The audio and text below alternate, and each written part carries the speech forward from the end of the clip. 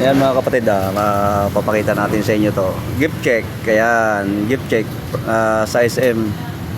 So may nag-sponsor sa atin, no, sa ARCU. Gift check na worth ng 1,000. So pandadagdag pa natin to dun sa ating mga ipamimigay ngayong December 25. So ipamimili pa natin to dun sa ating mga grocery, no, worth 1,000 pesos. Salamat sa nag-sponsor. At alam niya na daw kung sino siya.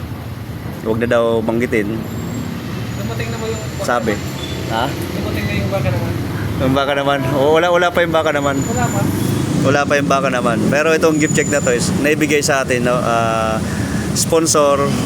Ayaw lang niya magpasabi kung sino siya. Basta inabot na lang nila sa atin to, no?